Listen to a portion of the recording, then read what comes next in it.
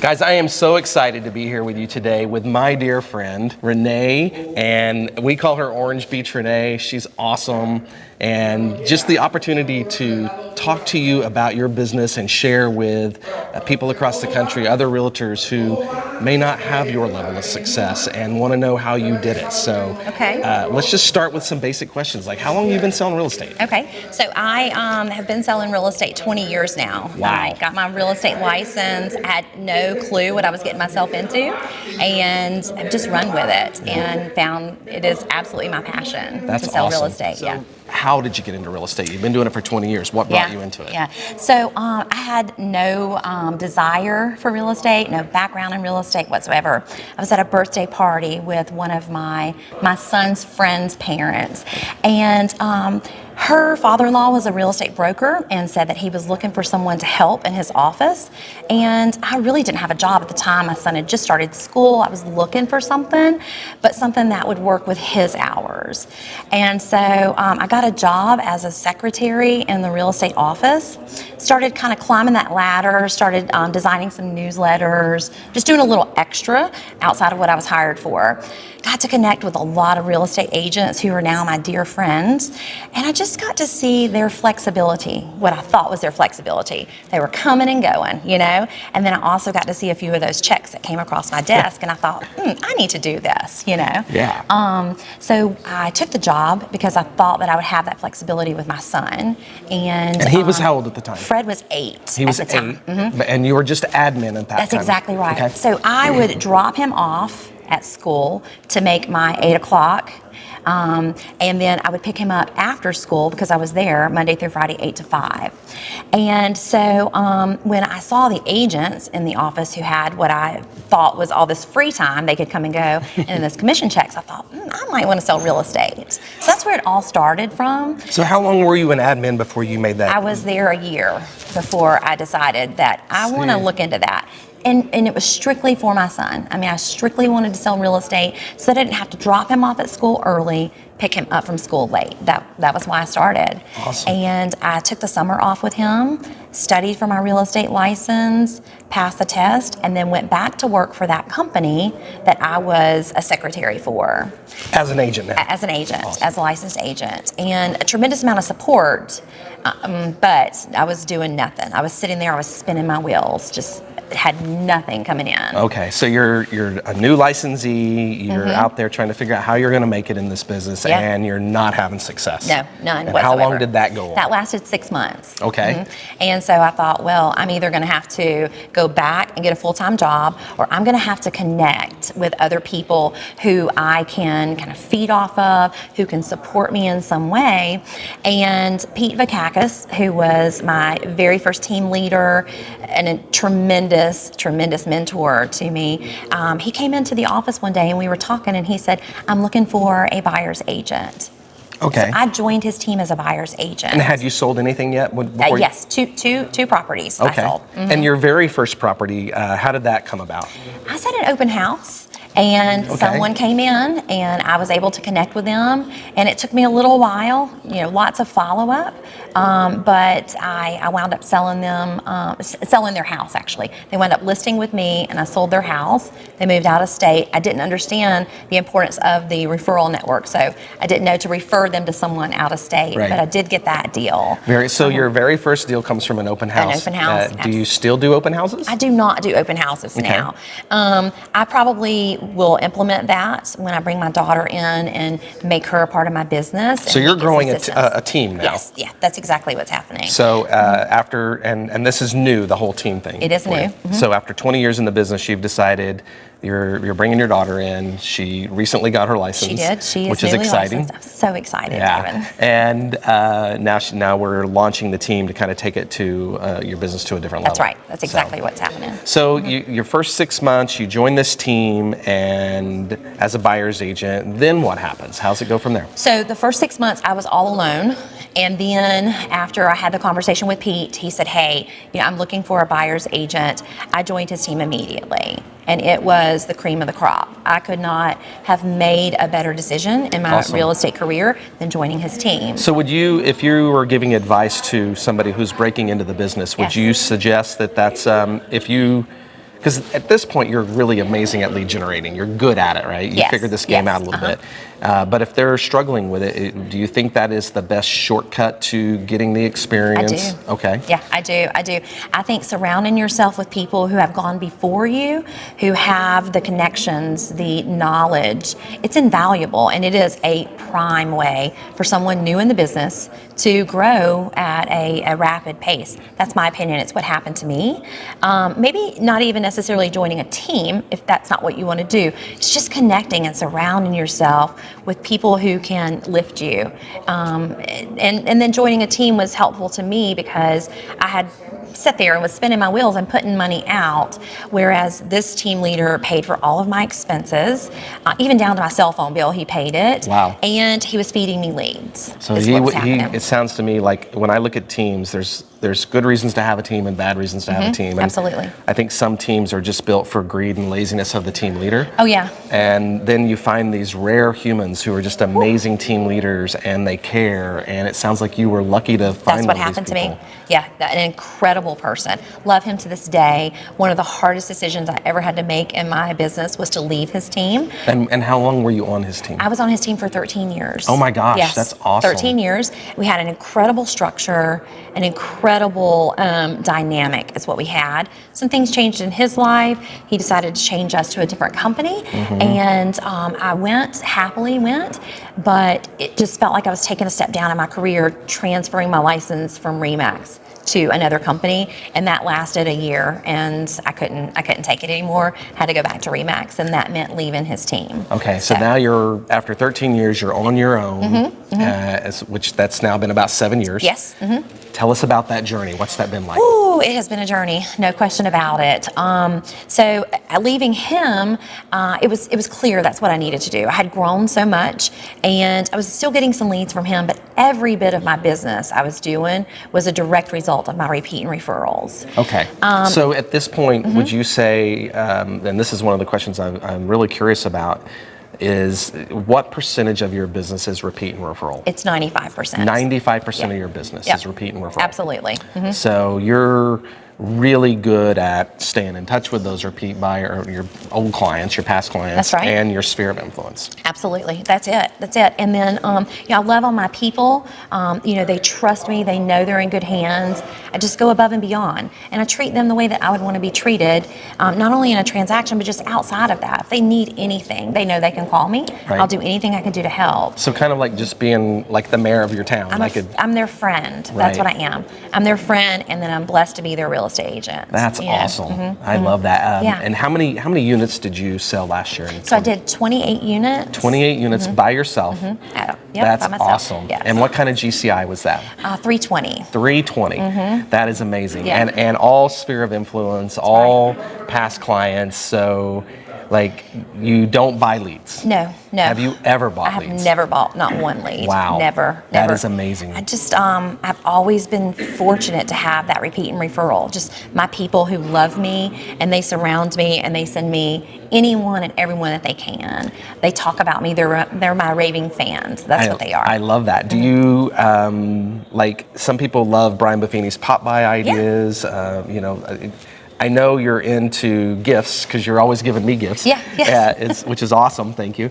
But like, how do you stay in touch with those people? I know you say you do stay in touch with them, but what's that look like? So I am a giver. I love it. It brings me great joy to give, whether it be a hat or just whatever it is.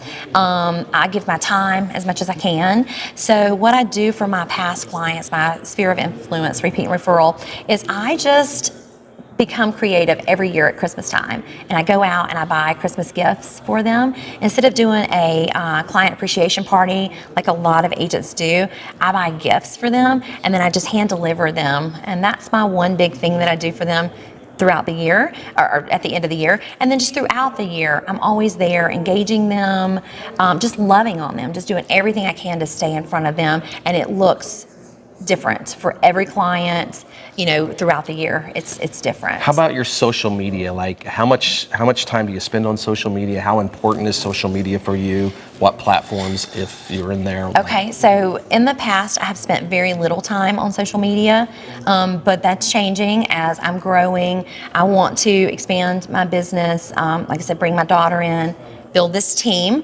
and I realize how important it is. I just felt like I didn't have enough time, so I'm working on a system for that. Instagram is where I'll go. Okay. I feel like that is the platform, Okay. and I'm looking forward to growing my business by getting on there and just engaging in social media and following other agents and building my referral database within the network. So you talked about time, and most real estate agents struggle with the whole, like, where do I find time Yes. for it all? What's it look like for you? What's a day in Renee's life like? Busy and chaotic and crazy. And so I've just joined some coaching, and I'm working on that with my coach now. And just the whole time management is something that I have not had down pat, because I'm just all over the place. When my client calls, I'm there for them, and sometimes get distracted. But Kayla is helping me as well, and just implementing some time blocking. What that day looks like for me. I'm up early in the morning. So what time's early? 6 o'clock. Okay. I'm up at 6 o'clock, and for an hour and a half, just take some personal time in the kitchen with my husband. Preparing lunch, just getting the day started, and I'm usually out of the house by 8 o'clock or in front of my computer at 8 o'clock, and then it's just balls to the wall from there. Can I say that? Absolutely. It's Okay. YouTube. There's no editing on Okay. YouTube. No, we could edit anything out, but no, YouTube doesn't care. We can say worse if we want. So you're getting in the office by 8 o'clock or so, and then what time are you coming home at the end of the day? Yeah, so it just all depends Okay. on what's happening. I'm fortunate if I'm home by 5, 6 o'clock. Sometimes it's later than that, Right. just depending, what personal things I have to tend to. I always put my clients first, but then, have to manage some personal time, throughout the day as well. So it can be, all over the place, like I said. So, 20 years in this, that's freaking awesome, and over 300K in GCI, again, it's freaking awesome. How has that changed your life? It's changed my life in so many different ways. David, the one thing that I'll say is it's changed my life from my daughter's perspective. I never would have imagined that I would be where I'm at today, and I want to help her get there. She's just the first person I think of when I think about how it's blessed my life. I just have an incredible story. I didn't graduate high school. I was a childhood bride and mother, and so I just never imagined that I could do what I'm doing now, and that I would earn the trust of so many people. Yeah. And it's a big deal to me. It's changed my life in so many ways. Yeah, it's. I tell people, like, it's such an honor to do what we get to do, and help people with their biggest asset. That's right. That's exactly. And I don't think we need to take it too overly seriously, but it is a huge honor to help them with that. Like, it should be fun, and I get the feeling like if I was your client, we would have a lot of fun. We would have a lot of fun, yes. We would have a lot of fun, yeah. So, I love what I do. I'm passionate about it, and I feel like it is a calling on my life. That's how I feel. That's awesome. So, for people who are watching this, tell us about your service area. Like, where do you work, and are you have any specialties? And then tell them how to get in touch with you. Yeah, okay. So I am Renae Stringer, Remax of Orange Beach. I'm in Orange Beach, Alabama, and my market is the Alabama Gulf Coast. I service all of the towns just north of the beach. I specialize in first-time home buyers, seasoned investment properties, and I can help all over Baldwin County. That is awesome. Yeah. Thank you so much You're for doing this welcome. today. Thank you. Before I end, do you have anything that you would want to share for a new agent that's breaking into the business? Like, Yes. what would your advice be to them? My advice would be to you to connect with your network. I wish I knew 20 years ago what I know now, and just how strong connecting with your network is. It's changed my business. And when you say your network, what do you mean by that? So I didn't realize connecting with them back then just how it would change my business. I'll tell you this story, okay? So I went to the R4 convention many times, but I stayed with my group. I didn't venture out. I didn't make new friends, and I didn't understand connecting with that network, is what I mean, those other agents. So when I realized how important that was, I just jumped head first, and it's been just a game changer for me. I was at the RE/MAX convention in Orlando in 22. It was a smaller convention, a little more intimate. We got a lot of one-on-one time, and I met a lady named Becky. She's an agent in the one of the states up north. And it wasn't 3 months later, she called me and she said, "Hey Renae, I have a referral for you. My best friend's mom owns a house at the beach. Her circumstances have changed and she wants to sell." It was one of the biggest real estate transactions of my career as a direct result just of meeting the network, somebody, networking with those agents. And you're bold with that. I mean, you're like, I enjoy it. But you are, when I say bold, it's still amazing to me that, I am a speaker. This is how we met, which is super cool. Yeah. And you flew to Kansas City to just network at an event where I was one of the speakers, and that's how we met. That's right. That's exactly right. But funny story is, I had actually flown from my airport to Orlando and spent 5 days networking with 20 RE/MAX ladies. Flew from there to Kansas City to network with the agents that were a part of my region, and then flew from Kansas City to Biloxi to network with the agents there, and then back home. So it was a whirlwind trip, but it was a game changer too. Yeah, I mean, it really was. You met all these amazing connections, and you're getting those referrals from agents all across the country. That's exactly right, and friendships like we have here. Yeah, and it's very what I call intentional behavior. Mm-hmm. It's not, you weren't hoping to get referrals from agents. You went out and met them, and you built relationships with them. And I've got a whole pile of swag over there, gifts that you just gave me, which is awesome. Very intentional. Yes. Very intentional. Very intentional. I love that about you. So thank you for that. I think another thought I'd like to share for a new agent who is just getting started in the business is that branding. That branding is everything.